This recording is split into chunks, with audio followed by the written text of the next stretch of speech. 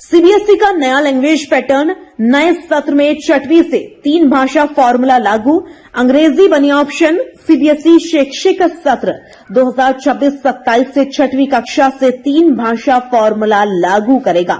इस नई व्यवस्था में अंग्रेजी अनिवार्य नहीं रहेगी, बल्कि एक वैकल्पिक विदेशी भाषा होगी।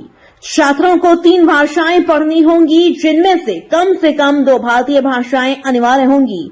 केंद्रीय माध्यमिक शिक्षा बोर्ड ने राष्ट्रीय शिक्षा नीति 2020 और राष्ट्रीय पाठ्यचर्या रूपरेखा 2023 के अनुरूप बड़ा बदलाव करते हुए शैक्षिक सत्र 2026-27 से 6वीं से 3 भाषा फॉर्मूला लागू करने का फैसला किया है।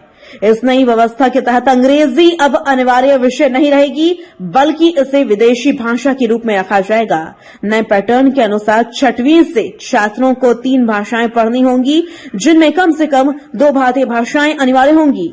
अंग्रेजी को विदेशी भाषाओं की श्रेणी में रखा गया है और छात्र इसे एक विकल्प के रूप में चुन सकेंगे। अंग्रेजी के अलावा फ्रेंच या जर्मन जैसी विदेशी भाषाएं भी विकल्प के रूप में उपलब्ध होंगी। राष्ट्रीय पाठ्यचर्या रूपरेखा 2023 की सिफारिशों के तहत तीसरी भाषा की पढ़ाई मिडिल स्टेज यानी 6वीं से 8वीं तक शुरू होगी।